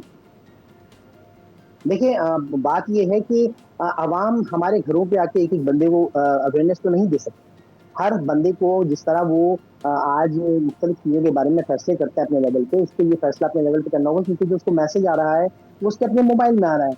उसको उसको वो कहाँ से आ रहा है, वो जो लिंक क्लिक हो रहा है, वो लिंक क्लिक करने के लिए आपको अथॉरिटीज़ नहीं कह रही, वो आप अपनी मर्ज़ी से क्लिक कर रहे हैं। लेकिन वो लिंक क्लिक करने से पहले, चाहे वो किसी जानने वाले की तरफ से क्यों ना आ रहा हो, इंटरनेट पे ऐसे टूल्स मौजूद हैं जो कि फेक लिंक चेकर्स होते हैं। आप अगर चैट जीपीटी से या गूगल से पूछेंगे तो आपको फेक लिंक चेकर की लिस्ट देंगे, जहाँ पे आप फेक लिंक को चेक कर सकते हैं और उस लिंक को आप जो है वो लिंक क्लिक करने से बच जाते हैं। तो बजाय इसके कि उस लिंक को आप क्लिक करें, अगर आपको बहुत ही लग रहा है कि बहुत इम्पोर्टेंट कोई चीज़ है, तो ऐसी सूरत हाल में आप फेक लिंक चेकर पे जाएँ, वहाँ पे उस लिंक को कॉपी पेस्ट करें और उसके नतीजे में आपको पता चल जाएगा कि ये लिंक जो है वो सही है या गलत और आप किसी भी स्कैम से बच जाएँगे। Okay, just one last thing, इन इस तरीके की चीज़ों पे, क्योंकि अब आवाम एक तो डर है, ट्रैफिक पुलिस का चालान आ गया तो जिसके पास आया है वो बंदा वैसे ही आधा हो गया कि यार ये क्या हो गया। एक तो चीज़ ये, दूसरी चीज़ ये कि वो खौफ और डर और फियर पे जब आपके खेलते हैं, वो किस हद तक नुकसान पहुंचा सकते हैं इस एक लिंक के थ्रू। वो ये मैं चाहूँगा आप ज़रूर आम आदमी को आगाही दें कि वो आपके व्हाट्सएप तक हैक कर सकता है, वो आपके क्या वो अकाउंट डिटेल्स ब्रीच कर सकता है। I don't know, please tell me. जी जनाब, बिल्कुल अगर आप देखते हैं कि जब हमें अपना कोई अकाउंट रीसेट करना होता है, तो हमें एक कोड या एक लिंक में आता है, उसके थ्रू ये चीज़ रीसेट हो सकती है। तो अगर ये लिंक हमने किसी को शेयर कर दिया, क्लिक कर दिया और या कोई पिन हमारे पास आई, वो हमने शेयर कर दी, तो इसका मतलब ये है कि हमने वो मिसाल के तौर पर हमारे बैंक अकाउंट को भी अगर हमें रीसेट करना होता है, तो हमें एक ओटीपी आता है। तो पीछे से कोई अगर वो ये कहे कोई कि मैं आपको एक आपका कोरियर आया है और मैं उसके लिए आपको एक कोड लिख के पिन भेज रहा हूँ, मुझे शेयर कर दीजिए। तो वो कोरियर वाला नहीं है, वो एक्चुअली उसमें आपका जो अकाउंट है, चाहे वो व्हाट्सएप का अकाउंट है या बैंक अकाउंट है, उसमें उसपे एक फॉरगॉट पासवर्ड की और उसको बिल्कुल, रीसेट करने की, उसका पासवर्ड रीसेट करने की भेजी एब्सोल्युटली है, काजी नोमान जिसका मुजाहिद कोड साहब। कहाँ आएगा? हाँ बिल्कुल, आप इस हवाले से हमें बता रहे थे। Thank you time. और यकीनन अब इस पे ज़रूर इस बात पे हमें फोकस करना चाहिए कि अगर किसी इदारे से इस तरह का ये चलान आ रहा है तो वो वेरीफाइड भी हो। पहली चीज़ ये मेरे ख्याल से ई चालान के सेंटर्स जाके भी इसकी वेरिफिकेशन की जा सकती है Absolutely. रादर मेरे देन ख्याल में गोइंग एंड अपने पेइंग। सबसे बेहतरीन ये है कि कोई भी चालान जो आपको मैसेज के जरिए आ रहा है अपनी गाड़ी का नंबर वेबसाइट जो है सिंध पुलिस की उस पर एक्चुअल वेबसाइट पर डालें और वेरीफाई करें कि आपको चालान आया भी है या नहीं आया है और फिर उसको फर्दर चेक करें। At the same time Sindh police को भी ये देखना होगा कि जो सारे चालान ई चालान हो रहे हैं उनकी पोस्टिंग घरों तक पहुंच भी रही है या नहीं, यानी वो पोस्ट के जरिए घरों पर भी चालान आ रहे हैं या नहीं, क्योंकि बहुत सारे लोग हैं जो कि वेबसाइट से ईमेलिंग से अभी तक वाकिफ नहीं है और वो ये इंतज़ाम यूज़ नहीं करते हैं। एब्सोल्युटली। इसी के साथ एक ब्रेक।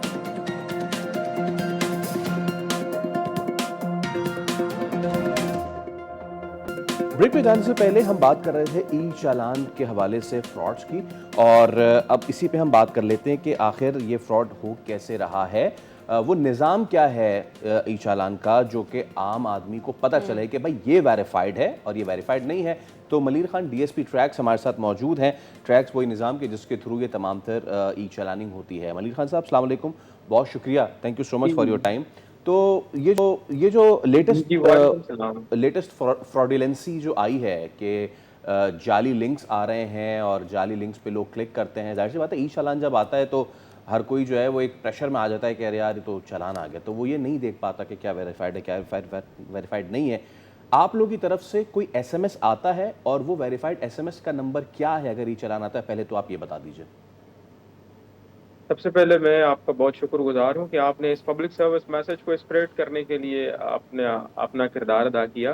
देखिए आजकल ना ये स्कीम्स बहुत हमें देखने को नज़र आ रहे हैं, और जिस तरह आपने भी बताया कि लोग फिर परेशान हो जाते हैं, लेकिन मैं इस मैसेज के थ्रू क्लेरिफाई करूँ कि हमारा जो ऑफिशियल एक ही नंबर है 8666, और उस 8666 से जब मैसेज आता है आपको तो वही हमारा वेरीफाइड और वैलिडेट मैसेज होता है। उसके बगैर जो भी मैसेज आता है, जो भी लिंक होती है, अगर किसी के मीटर को शेयर होती है तो ये कंफर्म है कि वो मैसेज हमारा ऑफिशियल मैसेज नहीं है, नंबर 1। ठीक है। नंबर 2, उस मैसेज की जो वर्डिंग है वो क्वाइट डिफरेंट है, हमारे मैसेज की वर्डिंग क्वाइट डिफरेंट है। हमारे मैसेज में हम प्रॉपर चालान टिकट नंबर देते हैं ऑफिशियली, और उस टिकट का प्रॉपर लिंक होता है, जिससे ही लिंक के आप ओपन करेंगे तो आपका पूरा जो डिटेल्स है कि आपने क्या वायलेशंस की वो प्रॉपर नजर आती हैं। जबकि जो स्कैम करने वाले हैं या फ्रॉड करने वाले हैं उनकी जो मैसेजेस आते हैं उन पे जब आप ओपन करते हैं तो पहले वो ओपन नहीं होता लिंक, अगर ओपन होता भी उसमें गाड़ी नंबर और 500 रुपए या 1000 रुपए टिकट की अमाउंट लिखा अगर मैं जाता है। आपको यहाँ पर इंटरप्ट कर सकूँ ताकि हमारा आपका जो प्रोसेस आप बता रहे हैं ये हमारे व्यूअर्स को सही से समझ आ जाए। आप ये कह रहे हैं कि जब लिंक को आप खोलते हैं, यानी अगर मिसाल लीजिए मेरा चालान हुआ है और मैं उस लिंक पे क्लिक करती हूँ जो 8666 के ज़रिए मेरे पास एसएमएस आया है, तो वो डिटेल्स मुझे बताएगा कि भाई आपका नाम फ़लाँ फ़लाँ है, आपकी गाड़ी ने फ़लाँ फ़लाँ रोड के ऊपर ये वायलेशन की थी, ऐसा ही है? जी एग्जैक्टली। जो 8666 से आपको मैसेज आएगा उसमें लिखा होता है कि मोहतरम शहरी, आपके खिलाफ ट्रैफिक कवानीन की खिलाफ वर्जी पर टिकट नंबर फला फला फला जारी किया गया है, बराए करम मुकर्रर वक्त में जुर्माना अदा करें। मुकम्मल तफसीलात के लिए नीचे दिए गए लिंक पे मुलाहिजा फरमाएं। आप जैसे लिंक ऑन करेंगे उस लिंक को क्लिक करेंगी, उस लिंक पे आ जाएगी सारी डिटेल, जो हमारा प्रॉपर चालान है, हमारा प्रॉपर टिकट है, उस पे बार कोड होता है, PSID होती है, आपकी गाड़ी की प्रॉपर तस्वीर होती है। जबकि जो स्कैम करने वाले हैं, जो फ्रॉड करने वाले हैं, वो सिंपल सा कोई गाड़ी नंबर दे देंगे या अमाउंट दे देंगे, कोई वायलेशन, कोई तस्वीर, कोई एविडेंस नहीं देते। ठीक है, ठीक है। अच्छा, if you can continue please. ये जो एक मैसेज हमने जो एक रिपोर्ट किया है, एक नंबर है 1915 गालिबन, वहाँ से ये मैसेज आ रहा है, तो क्या ये 1915 पुलिस का ही नंबर है? और अगर नहीं है तो ये जाली, अगर है तो यहाँ से क्यों आ रहा है? जी, ये 1915 हमारी हेल्पलाइन, टोल फ्री हेल्पलाइन है, इससे मैसेज नहीं आता। ये हमारी भी हैक किया हुआ है। 1915 एक टोल फ्री हेल्पलाइन है, मददगार है ट्रैफिक की, जिससे मैसेज नहीं आता। ये सिर्फ कॉल करने के लिए होती है कि किसी भी मुश्किलात की सूरत में ही टिकटिंग के हवाले से, ट्रैफिक मामलात के हवाले से। अच्छा डीएसपी साहब, अब मसला ये है कि 1915 से आप जानकारी की कॉल आती है सिंध पुलिस से, ठीक है, लेकिन ये मैसेजिंग के लिए इस्तेमाल हो रहा है। दैट मीन्स कि कोई 1915 को यूज कर रहा है स्कैम के लिए। तो इसके लिए फिर क्या किया जाए? ये जो लोगों को, एक तो लोगों को बता दीजिए आप खुद से कि 1915 से मैसेज हम नहीं करते, हम सिर्फ कॉल करते हैं, और फिर करें क्या? आप क्या कर रहे हैं इसके लिए? जी जी जी, मैं इस प्लेटफॉर्म से ये मैसेज देना चाह रहा हूँ कि 1915 से अगर मैसेज आता है कि आपका टिकट हुआ है तो इसको आप फेक समझें। 1915 से अगर मैसेज आता है किसी को कि आपने खिलाफ वर्जी की है ट्रैफिक कवानीन की, तो इसको आप फेक समझें। ये 1915 सिर्फ आपकी मदद के लिए है। ये कॉल अटेंड कर सकते हैं, ना कि कॉल बैक कर सकते हैं, ना कि मैसेज कर सकते हैं। रहा सवाल आपका केस को हमने किस तरह टैकल किया हुआ है, हमने नेशनल साइबर क्राइम एजेंसी को लिखा हुआ है, FIA के डिफरेंट विंग्स को लिखा है कि इस तरह के मैसेजेस इस नंबरों से आ रहे हैं और उनमें पूरी डिटेल दी हुई है। अब उसके बाद ये चीजें जो है ना आना बंद हुई हैं। जिस तरह इससे पहले चलान दिखाओ.com थी, कोई वेबसाइट थी, वहां से भी आ रहे थे। तो इसको हम कोशिश करते हैं कि उसी वक्त ही रिवर्टल आ जाए या कंसर्न जो हमारे इदारे हैं उनको हम लिख के इसको बंद करवा सकें, और किस हद तक हम कामयाब भी हुए हैं इसमें। कितनी शिकायत आई हैं, या क्योंकि ये तो निज़ाम बिल्कुल नया है, तो कितनी शिकायत अंदाज़न आप लोगों तक पहुंची हैं कि फला मैसेज या फला वेबसाइट से इस तरह की चीज़ें हो रही हैं? सॉरी, आपकी आवाज़ डिस्टर्ब हो रही है। जी, मैं दोबारा रिपीट कर देता हूँ। आपको जब से ये ई-चालान का निज़ाम मुतारिफ़ हुआ है, तब से लेके अब तक इस फ्रॉड्यूलेंसी की कितनी शिकायत मौसूल हो चुकी हैं? ये डिपेंड करता है जिस बंदे को मैसेज रिसीव होते हैं वो इतने होने चाहिए कि वो फौरन 1915 पे कॉल करें, हमें बताएं। ये इनडायरेक्टली मैसेज हमारे पास आ रहे होते हैं। फॉर एग्जांपल आपको कोई जानने वाला, यार मेरे पास टिकट है, ये देख लो, वेरीफाई है नहीं, फिर हमारे तक जब पहुंचते हैं हम उसको वेरीफाई करते हैं कि हमारा मैसेज नहीं है। यानी अच्छा, क्या आवाम आपको 1915 पे कॉल करके रीच कर सकती है? और ये बिल्कुल, आवाम को चाहिए कि जैसे ही इस तरह का मैसेज आया 1915 पे कॉल करेंगे, भाई हमें 1915 से मैसेज आया, क्या ये वाकई जेन्युइन चलान है, तो वो वैलिडेट हो जाएगा कि ये जेन्युइन चलान, ये जेन्युइन टिकट नहीं है। अच्छा। उसके बाद हमारे सहूलत सेंटर्स बने हुए हैं 11 कराची पूरे में, तो वहाँ भी अगर इन केस अगर उनका फिजिकल जाना हो रहा है तो वहाँ से भी डिटेल्स मालूम कर सकते हैं। सही। मुख्तसरन सर, हमारे पास वक्त की कमी, अगर आप ये बता सकें कि कुछ लोगों को ई-चालान पर वेबसाइट पे जाने मुश्किल होती है, तो क्या इस वक्त सिंध पुलिस जो है ट्रैफिक के लिए लोगों के घरों में भी पोस्टिंग कर रही है, पोस्ट भेज रही है चालान की? जी जी बिल्कुल, हमारा पाकिस्तान पोस्ट के साथ एक MOU है और वो रोजाना की बेसिस पे जितने भी टिकट्स अप्रूव होते हैं, जो लोग वायोलेशन करते हैं उनके घरों में जाते हैं, उनके घरों पे वो टिकट्स डिलीवर करते हैं, उनकी प्रॉपर रिसीविंग होती है और उसके बाद ही ये लोग पे करते हैं, या अगर पहला चालान होता है तो माफी मिल जाती है। पहुंच नहीं रहे। सवाल मैंने इसलिए किया था क्योंकि ये लोगों के घरों पर नहीं पहुंच रहे, तो उनको पता ही नहीं चलता कि उनको चालान आ गया है। हाँ, इसमें कुछ इश्यूज ये हैं क्योंकि गाड़ियां लोगों ने बड़ा टाइम पहले खरीदी हुई हैं, उनका रिकॉर्ड जो है एक्साइज में अपडेटेड नहीं है, तो इस वजह से भी ना, या वो लोग शिफ्ट हो चुके हैं किसी और मोहल्ले, किसी और सेक्टर में, किसी और जगह में, तो ये मुश्किलात होती हैं पोस्टल सर्विसेज को। और हमारे पास भी शिकायत आती हैं कि भाई हमें चालान टाइम पे नहीं मिला, तो उसका भी हम रिड्रेसल मैकेनिज्म उस पे काम कर। लेकिन ये आपने बहुत अच्छी क्लेरिफिकेशन दे दी। मलिर खान साहब, DSP ट्रैक्स हमारे साथ मौजूद थे, बहुत शुक्रिया आपके वक्त के लिए। तो वो तमाम के जिन्हें 8666 के अलावा किसी भी नंबर से मैसेज आए कि जनाब ये चालान आ गया है, इस लिंक पे क्लिक करें और इसको भर दें, तो फिर आप ये समझ लें कि फिर वो लिंक पे क्लिक करेंगे तो फिर आप सिर्फ जुर्माना नहीं भरेंगे, आप बहुत कुछ भर देंगे। विद दैट हम चल रहे हैं अब आगे और हम बात कर रहे हैं, कल एक बड़ी डेवलपमेंट हुई है और वफाकी वज़ीर दाखिला मोहसिन नकवी ने मुल्क के मौजूदा इंतज़ामी सियासी निज़ाम पर शदीद सवालात उठाए हैं। एक तो ये कि इन्होंने मज़ीद सूबों या इंतज़ामी यूनिट्स बनाने की तजवीज़ भी दी है।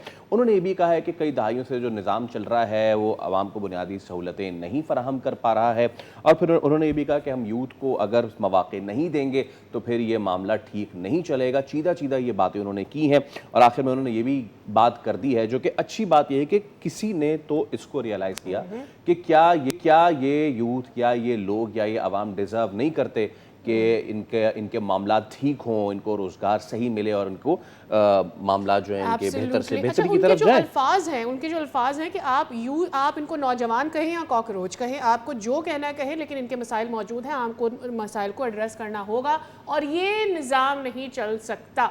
इस निज़ाम के तहत मसाइल आते रहेंगे। These were real words. इस पर एहतशाम साहब से बात कर लेते हैं। सीनियर तज्ज़ियाकार एहतशाम मौजूद हैं। सुबह बखैर सर, बहुत बहुत शुक्रिया आपके वक्त के लिए। It's been a while and we welcome you one more time in the show. Sir, कल बड़ा ही सख्त बयानात थे और बड़े ट्रूथफुल और बड़े ही क्लोज टू रियलिटी बात की है कल वज़ीर दाखिला साहब ने और बहुत मेरे ख्याल में जो नौजवान हैं इससे रिलेट भी कर पा रहे हैं। लेकिन ये बयान देने के लिए भी एक हिम्मत चाहिए थी, एक एक्सेप्टेंस चाहिए थी। आप इस पूरी उनकी स्पीच को किस तरह से एनालाइज करते हैं? सर, दो चीज़ें हैं। एक तो यह है कि मोहसिन नकतीक पे लेवल पे इस तरह की बात करना, और एक इतने बड़े फोरम पे जहाँ पे आपने देखा बिजनेस कम्युनिटी भी बैठी है, सब तरह के लोग बैठे हैं, वहाँ जाके ये कह देना कि जी मौजूदा निज़ाम जो है ना ये तो गलत सड़ गया है, ये चल नहीं सकता। अभी आप देख लें कि जिस तरीके से ये स्टेट ऑफ डिनाइल में है सियासी जमातें, बावजूद इस बात के कि तीनों अपने इलेक्शन मैनिफेस्टो में कहती हैं, पीटीआई, पीपल्स पार्टी, पीएमएलएन, के नए इंतजामी यूनिट बनाने बड़े ज़रूरी हैं, लेकिन जब इसको अमली जामा पहनाना होता है तो ये भाग जाते हैं।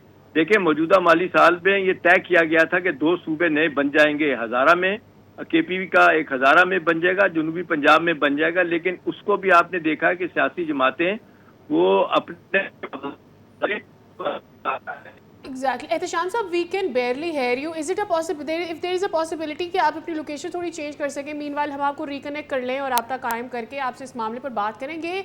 जो बयान है ऐसे मौके पर आया है जब हम देख रहे हैं कि आज़ाद कश्मीर में इलेक्शन भी जारी है, दोनों पार्टीज़ आपस में गुत्थम गुत्था नजर आती हैं। बिलावल भुट्टो के बयानात पर कहा जाता है कि ये बहुत ज़्यादा आउट ऑफ द लाइन जा रहे हैं। कल बिलावल भुट्टो साहब ने ये कहा है कि मैं हाथ बढ़ाना चाहता हूँ पीटीआई के कारकुनान की तरफ, और फिर बिलावल भुट्टो साहब कहते हैं कि मुझे मजबूर ना किया जाए, मैं बीबी की सियासत लेकर चलना चाहता हूँ, लेकिन आसिफ अली जरदारी की सियासत आगे बढ़ाने के लिए मुझे मजबूर ना किया जाए। तो इस सारी सिचुएशन में जब वज़ीर दाखिला साहब, जो खुद इससे पहले पंजाब को एडमिनिस्टर कर रहे थे, ये बयानात देते हैं, तो ये किस तरफ जा रहा है? क्या हम इससे अच्छी उम्मीद रखें कि अब जो है, जो रूट कॉज है मसाइल का पाकिस्तान के अंदर, उसकी तरफ निशानदेही की जाएगी और जो ख़ास तौर पर यूथ है उसके मसाइल को लुक आफ्टर किया जाएगा, या अभी इसमें कुछ टाइम है? इन अ नटशेल मोहसिन नकवी साहब ने कल ये फरमाया है कि अगर तो निज़ाम ठीक नहीं किया तो ये जो यूथ है ये निज़ाम तलपट कर देगी। हम अल्लाह ना करे कि इस तरह की कोई चीज़ हो, और रियलाइजेशन ये है कि अगर इस तरह की कोई चीज़ है तो इनके हालात और वाक़यात बेहतर कर दीजिए, तो इस तरह की सिचुएशन आए ही ना। चलिए आगे बढ़ते हैं। जब मौके दें तो हमारी यूथ क्या कर सकते हैं वो आपके सामने रख देते हैं। पाकिस्तान वॉलीबॉल टीम, उन्होंने एक और सुनहरा बाब रकम किया है।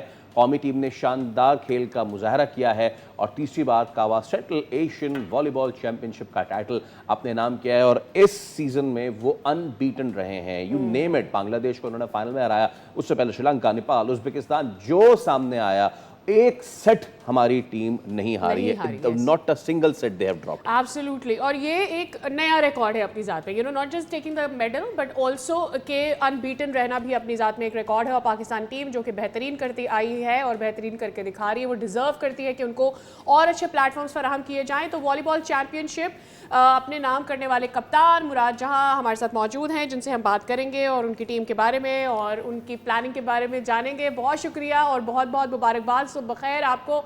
सबसे पहले तो पूरी कौम और टीम को हम, एज आई सेड कि यू नो, ये सेंट्रल एशियन चैम्पियनशिप वॉलीबॉल की जीतने में हम आपको मुबारकबाद देते हैं। अब ये बताइएगा कि सबसे पहली चीज़ होती है कि जब आप जीत जाते हैं, अनबीटन रहते हैं, तो उसकी एक अलग ही फीलिंग होती है। अगर वो इमोशंस आप हमारे साथ शेयर करें कि क्या फील हो रहा है इस वक्त ये चैंपियनशिप हासिल करके आपको? जी बहुत शुक्रिया। सबसे पहले तो आप सबको, पूरी कौम को मुबारकबाद दूंगा, क्योंकि ये इवेंट एक तो हमारे अपने यहाँ हो रहा था, तो इस वजह से भी इसकी अहमियत बहुत ज़्यादा थी। लेकिन अभी चूंकि ये इवेंट्स हमारी वर्ल्ड रैंकिंग में बहुत अहम किरदार अदा करती है। हर मैच जो यहाँ पे हम जीतते हैं उसके हमें रैंकिंग पॉइंट्स मिलते हैं, तो इसलिए हमारे लिए ये बहुत अहम भी था। और जीत तो फिर जीत होती है, जीत की खुशी होती है, और खासकर जब आपके अपने लोग यहाँ पे आपको चीयर अप करते हो तो वही मजा फिर दोबारा आता है। अच्छा मुराद, मुझे ये बताइए कि फाइनल में बांग्लादेश के खिलाफ 3-0 से कामयाबी वैसे आसान दिखाई दे रही है, लेकिन एक टाइम पे सेकंड हाफ में वो आपके बराबर भी आ गए थे, तो क्या आप लोगों ने स्ट्रैटेजी अपनाई थी जिसकी वजह से ये वन साइडेड आप लोग विक्ट्री ले पाए?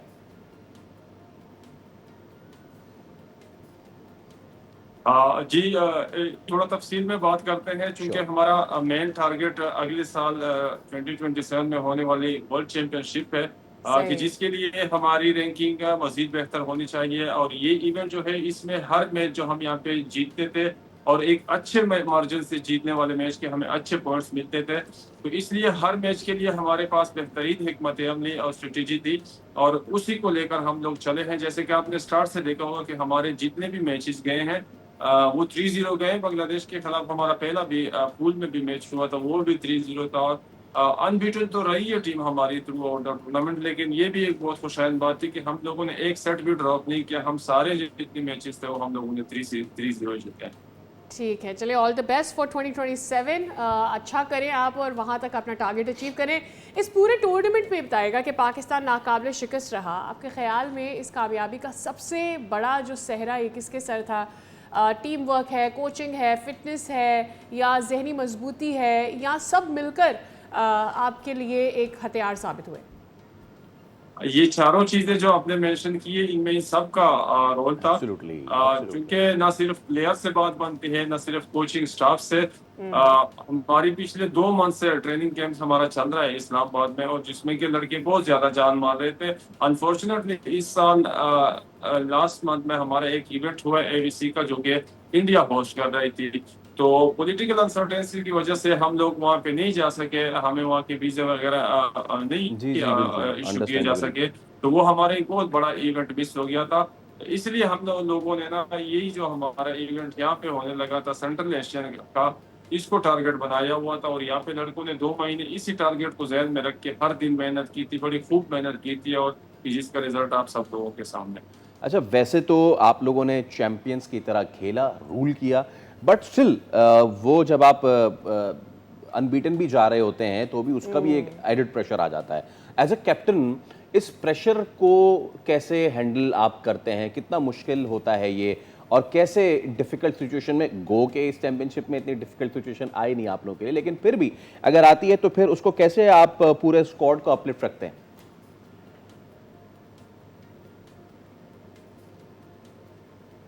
जी बिल्कुल। अभी चूंकि सारी जो स्पोर्ट्स है ना वो बहुत मॉडर्न हो चुकी है, उसमें टेक्नोलॉजी आ चुकी है। अभी जब हमारे मैचेस होते हैं तो जितने उस टीम ने पिछले सीजन में मैच खेले होते हैं उन सब का डेटा इकट्ठा किया जाता है। हर एक प्लेयर की इंडिविजुअल जो है ना डेटा, वो इंफॉर्मेशन कलेक्ट की जाती है। और फिर हमारे जो कोचेज हैं और साथ में एनालाइजर्स हैं, वो इस चीज के डेटा को एनालाइज करके फिर हमारे सामने रखते हैं।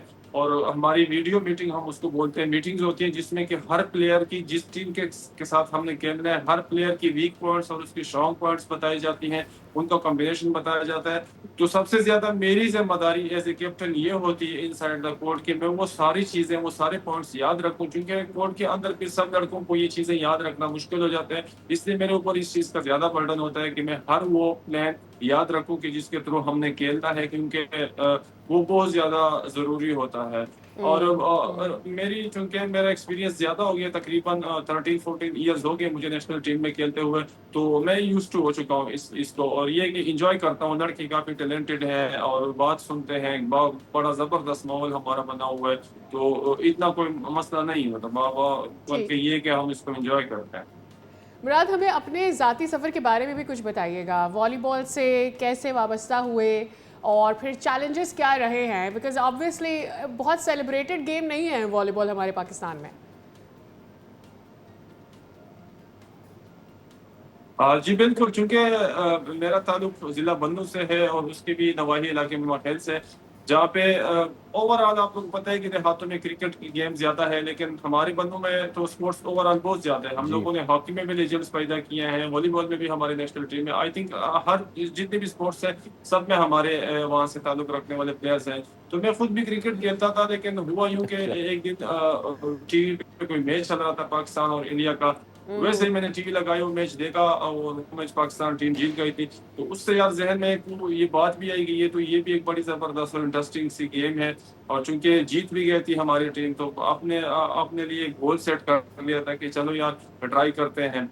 तो फिर स्टार्ट कर लिया था और आहिस्ता आहिस्ता कॉलेज के लेवल से फिर प्रोविंशियल लेवल पे और फिर जूनियर सीनियर तक बिल्कुल हर बंदे की एक ख्वाहिश होती है। मेरी उस टाइम से सिर्फ यही ख्वाहिश नहीं थी कि मैं टीम का सिर्फ हिस्सा बनूं, बल्कि मैं चाहता था कि मैं अपने मुल्क के लिए, अपनी टीम के लिए कोई ऐसे ऐसे मतलब अचीवमेंट्स लेके आऊं जो कि हिस्ट्री में कभी नहीं हो।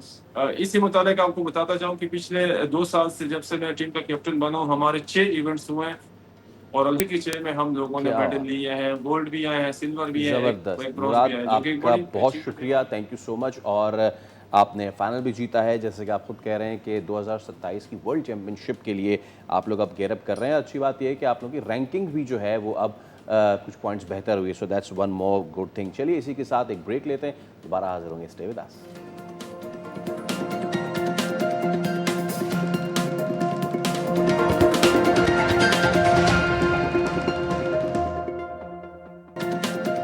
Welcome back. और जनाब, हम ऑफ द कैमरा बहुत सारे खाने पीने की बात कर रहे थे। नहीं, हम यहाँ कुछ बनाने नहीं वाले हैं, जिन्होंने बनाया है वो उसका जीत के भी आ गई हैं कॉम्पिटिशन। हम उनसे आपको मिलवाने वाले हैं एक्चुअली, जो अच्छे अच्छे खाने बनाती हैं। तो जनाब पाकिस्तान, जैसे हम ये अभी थोड़ी देर पहले वॉलीबॉल के बारे में बात कर रहे थे, तो सिर्फ एक मैदान हमारा खेल का नहीं है जहाँ पर पाकिस्तानी नौजवान जो है वो अपना लोहा मनवा रहे हैं, बल्कि आलमी किचन में भी अपनी सलाहियतों का लोहा मनवा रहे हैं। तो मलेशिया में कॉम्पिटिशन हुआ, आलमी कलनरी का ये मुकाबला था और यहाँ पर हमारी पाकिस्तानी रिप्रेजेंटेशन थी और उन्होंने ना सिर्फ अपने नाम मेडल्स किए बल्कि अपने नाम ब्रोंज सिल्वर मेडल के अलावा एक और भी काम किया, और वो था कि कुछ डिप्लोमाज हैं जो यहाँ पर ऑफ़र किए जाते हैं, तो वहाँ जाकर आप सीख सकते हैं, आगे जाके फॉलो कर सकते हैं इसको as a career as well. तो क्या रही उनकी स्टोरी, ये उनसे आज हम जानेंगे। जी हाँ, हमारे साथ मौजूद है दुर्फिशा साजिद और फातिमा। अब मैं दो चीज़ भी बता देता हूँ। दुर्फिशा साजिद जो हैं उन्होंने सी फूड कैटेगरी में मेडल विन किया है और फातिमा रिजवान ने वेडिंग केक कैटेगरी में 4th पोजीशन हासिल की है। With that she is one a diploma also. तो दुर्फिशा और फातिमा, अस्सलाम वालेकुम। अस्सलाम वालेकुम, बहुत बहुत मुबारक हो। वो जो बनाया था वो लाई नहीं है आप, लेकिन चलें कोई बात नहीं, वो हम समझ सकते हैं कि जब आपको मेडल मिल गया तो अच्छा ही होगा। हम भी अगर टेस्ट करके आपको एक और मेडल दे देते तो अच्छा था। This is one common question जो एवरी शेफ गेट्स, मेरे ख्याल में, वो ये कि आप बना कर क्या लाएंगे। That's one expectation from you. So how was the experience दुर्फिशा आपका? फातिमा आपका भी पूछेंगे, बट दुर्फिशा आपका एक्सपीरियंस कैसा रहा from here until they are participating in a competition? During training time it was a very stressful, very tired, because हम लोग को 4 to 5 आवर्स की हमें ट्रेनिंग करनी पड़ती थी मास्टर क्लास में। देन उसके बाद आपको घर जाके भी प्रैक्टिस करनी होती थी आपको। उसके बाद फिर मलेशिया में भी हम लोगों ने थोड़ी 1 डे को प्रेप की, उसकी ट्रेनिंग की, हमें प्रेप करनी होती है 1 दिन पहले हमें कॉम्पिटिशन में जाने से पहले। तो वो बहुत ज़्यादा स्ट्रेस था, but it was a successful experience for me, अल्हम्दुलिल्लाह। राइट। और जब आप बात करती हैं प्रैक्टिस की एंड ऑल, तो आप लोग क्या उसमें ज़्यादा चीज़ों पे फोकस रखते हैं? बिकॉज खाना बनाने का मतलब सिर्फ खाना बनाना नहीं होता। जब आप किसी कंपटीशन में जाते हैं, और कौन सी चीज़ें जो कि वो आपको उन चीज़ों पे टेस्ट कर रहे होते हैं? बेसिकली मेरी वेडिंग केक था, तो केक में जो है सुनने में बड़ा आसान लगता है कि केक आपने बनाया, लेकिन केक बनाना बहुत मुश्किल होता है। मतलब उसमें बहुत हार्ड वर्क होता है। जैसे हम लोगों ने, हमारी शेफ़ ने 1 महीना ऑलमोस्ट हमने तैयारी की थी, 1 महीने। उसके बाद फिर मलेशिया जाके भी हमने, क्योंकि जाते हुए हमारा थोड़ा सामान थोड़ा ख़राब हो गया था, तो उसकी वजह से हमने 4 दिन हमने पूरे जो है मेहनत की। हैंड्स ऑन था हमारा पूरा केक, मेरा तो पूरा हाथ से बनाया था मैंने तो, लेकिन अल्हम्दुलिल्लाह इन दी एंड हो गया और अल्लाह ताला ने कामयाबी नसीब करे। जैसे फातिमा अभी जिक्र कर रही हैं कि आपको केक बनाना इतना आसान काम नहीं है। अब ऑब्वियसली घर पे ही बेकिंग करना मेरे लिए बड़ा मुश्किल होता है। आपको टेम्परेचर्स देखने होते हैं, आपको कंसिस्टेंसी देखनी होती है और एवरीथिंग, और टेम्परेचर जिसमें आप केक बना भी रहे हैं।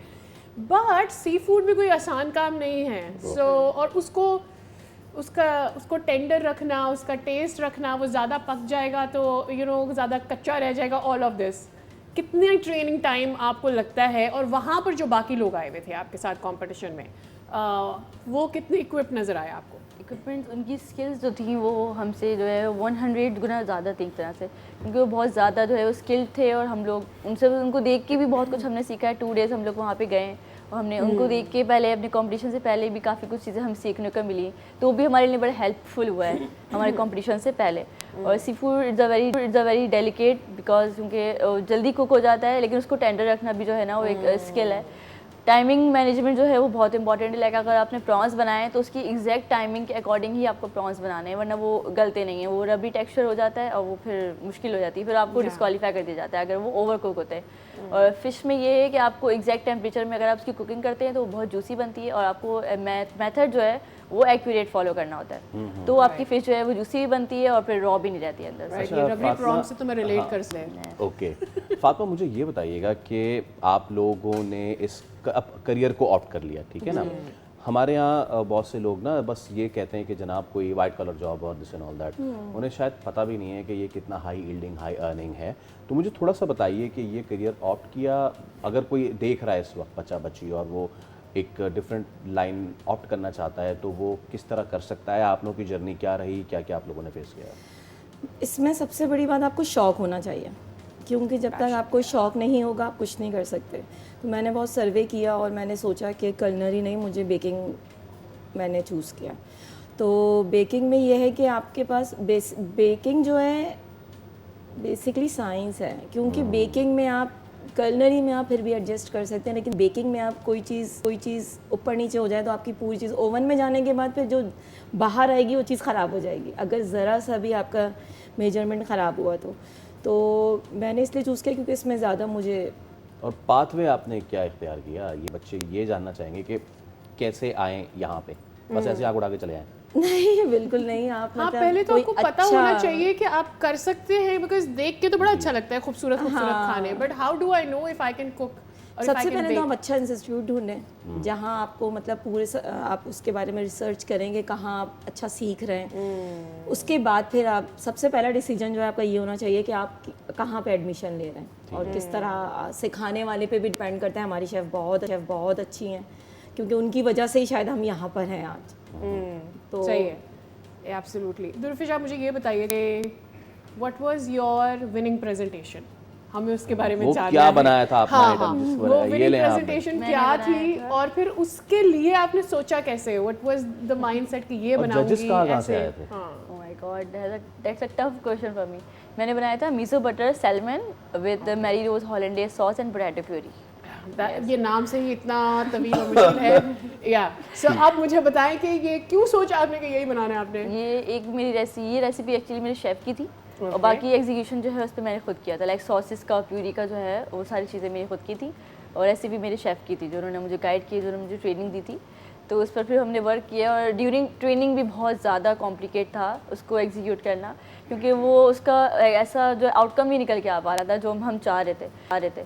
काफ़ी ज़्यादा ट्रेनिंग के बाद जाके कहीं वो एक टेस्ट आ पाया है डिश में, तो वो बहुत मुश्किल था और शेफ़्स को वो बहुत पसंद आया because sweet and Sawar balance जो टेस्ट होता है, स्पाइसी भी माइल्ड, तो वो उनको बहुत पसंद आया कि आपका टेस्ट जो है वो बैलेंस है डिश का, तो वो इस चीज़ पे उन्होंने जो है वो ओके किया था। सही है। दुर्फिशा, फातिमा, थैंक यू। आप दोनों इसी तरह आप मछली बनाती रहिए और आप केक पकाती रहिए, बल्कि इसको अलग कर लें, मछली पकाती रहिए, केक बनाते रहिए, ऐसा कर लें। यस।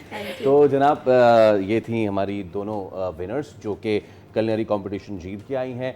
बिफोर हम आगे बढ़ें, एक डेवलपमेंट आपके साथ शेयर करनी है। पाकिस्तान की बुलंद तरीन चोटियों पर मौसम ने ख़तरनाक रुख अख्तियार किया है और पाकिस्तान में मौजूद दुनिया की 12वीं बुलंद तरीन चोटी जो है उस पर डेवलपमेंट यह सामने आई है कि ब्रॉड पीक पर बर्फानी तोदा गिरने से 10 कोपमाओं की टीम लापता हुई है। रेस्क्यू ऑपरेशन की तैयारियां इस वक्त जारी हैं। अल्पाइन क्लब ऑफ पाकिस्तान ने वाक़े की तस्दीक करते हुए बताया है कि बर्फानी तोदा जुमेरात को दोपहर के वक्त ब्रॉड पीक के जो कोपमा वहाँ पर क्लाइंबिंग कर रहे थे उन पर गिरा था और अल्पाइन क्लब के मुताबिक मुतासरा टीम में नेपाल के 5 कोपमा शामिल हैं, जिनकी क़यादत दुनिया के मारूफ कोपमा निम्स दाई कर रहे हैं और अब इनके लिए मदद के लिए रेस्क्यू का काम इस वक्त जारी है और इस पर जो भी डिटेल्स आएंगी मज़ीद हमारे आने वाले बुलेटिन्स में भी आप हासिल करते हैं। यहाँ पर वक्त हो गया है एक छोटे से ब्रेक का। Stay with us.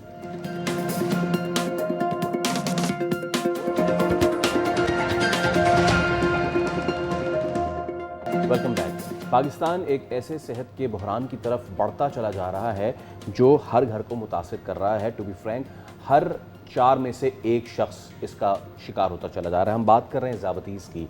जो पहले हम इसको समझते थे कि बीमारी, लेकिन अब ये एक कंडीशन बन गया है, ये एक निज़ाम ज़िंदगी बन चुका है। और इसके जो तादाद जो बढ़ती चली जा रही है, अब ये बड़ा चैलेंज बनता जा रहा है। ताज़ा आदाद-ओ-शुमार अगर सादिया देखें तो पाकिस्तान में तकरीबन 3 करोड़ 30 लाख बालिग अफराद ज़ियादतीस का शिकार हैं, और हर 3 में से तकरीबन एक एडल्ट जो है वो इस बीमारी से मरा है। तो अब इस पर एक्सपर्ट्स बता रहे हैं कि जो हम ग़िज़ा नहीं लेते बैलेंस, मीठी अशिया का इस्तेमाल बहुत करते हैं, मशरूबात का इस्तेमाल करते हैं, बाहर के खानों का इस्तेमाल करते हैं, उसकी वजह से ये बीमारी लोगों को हो अगर रही है। हम वर्ल्ड डायबिटीज़ एटलस की ये रिपोर्ट देखें तो उसमें एक बड़ी तशवीशनाक बात है, वो ये कि सन 2000 में तो हमारी जो आबादी थी जो इससे मुतासिर थी वो 8.8 मिलियन थी, और अगले 11 सालों में वो डिप डाउन कर गई, यानी 6.3।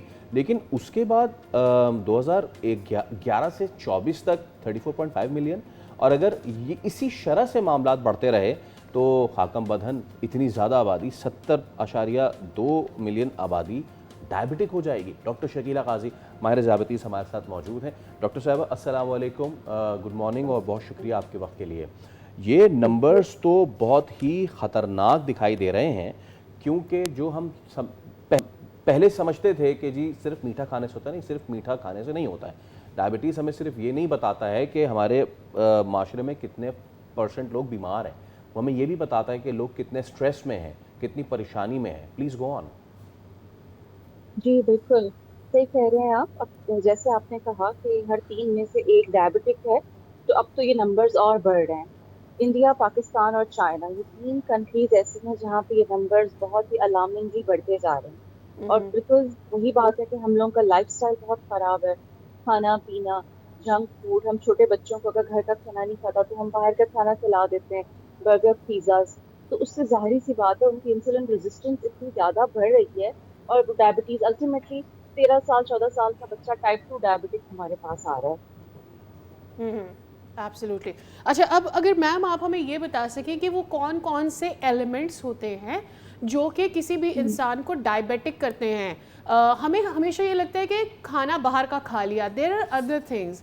जैसे अभी मुझे कल परसों ही पता चला कि अगर आपको कोई और बीमारी होती है उसकी वजह से भी आपका शुगर वक्ती तौर पर ऊपर चला जाता है। Is that true? बिल्कुल, सेकेंडरी कॉजेज भी हैं, मगर प्राइमरी कॉज तो आपका यही है ना कि आपका लाइफस्टाइल अच्छा नहीं है, सेडेंटरी लाइफस्टाइल आप जी रहे हैं।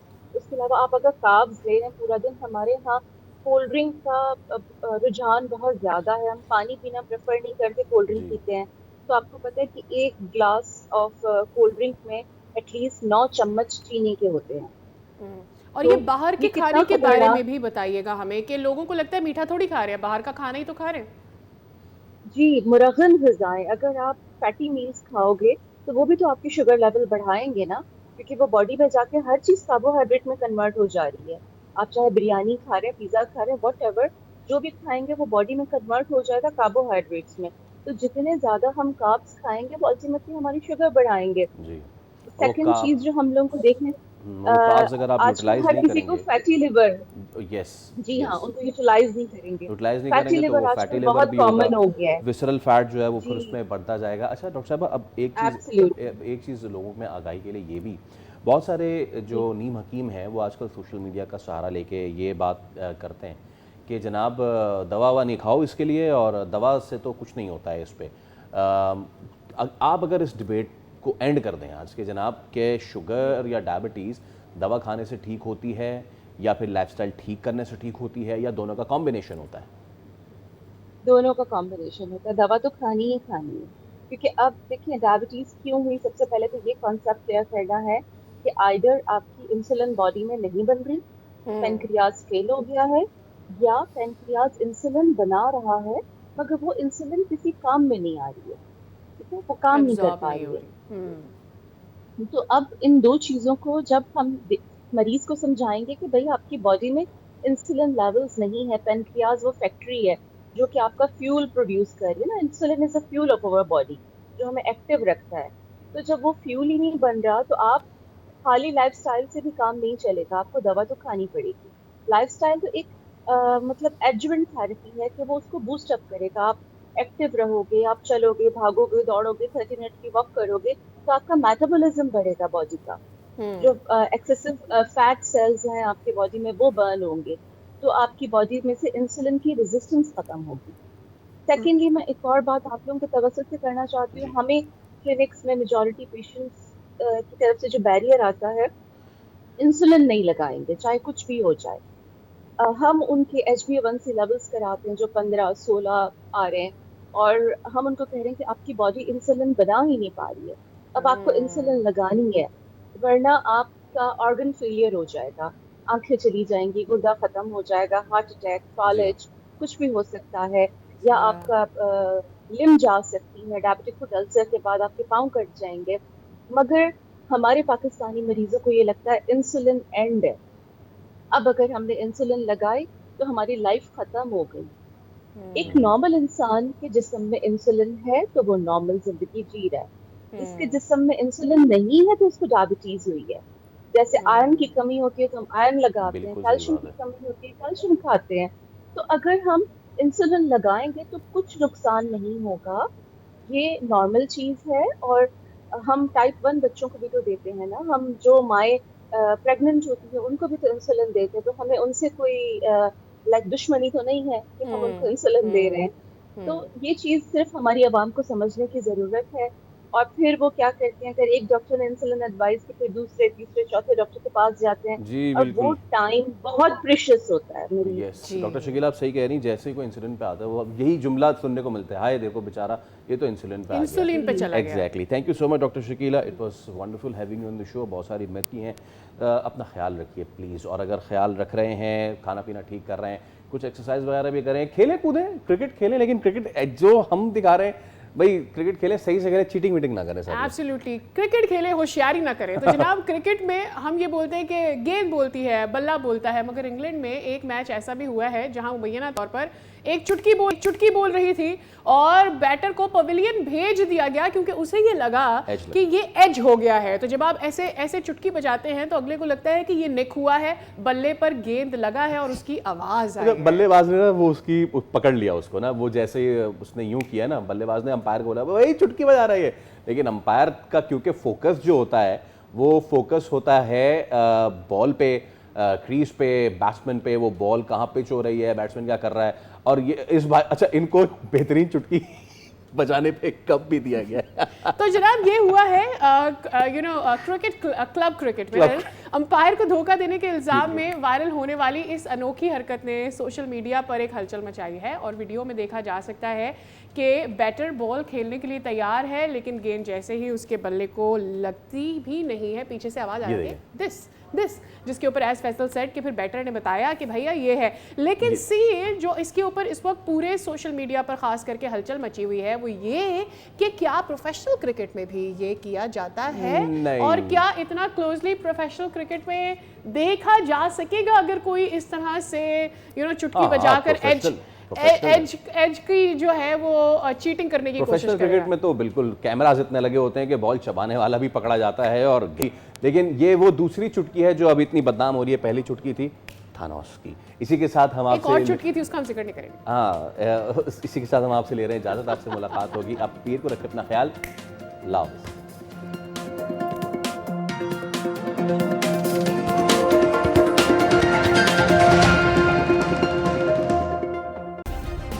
सब्सक्राइब करें और बेल दबाएं ताकि कोई खबर रह न जाए।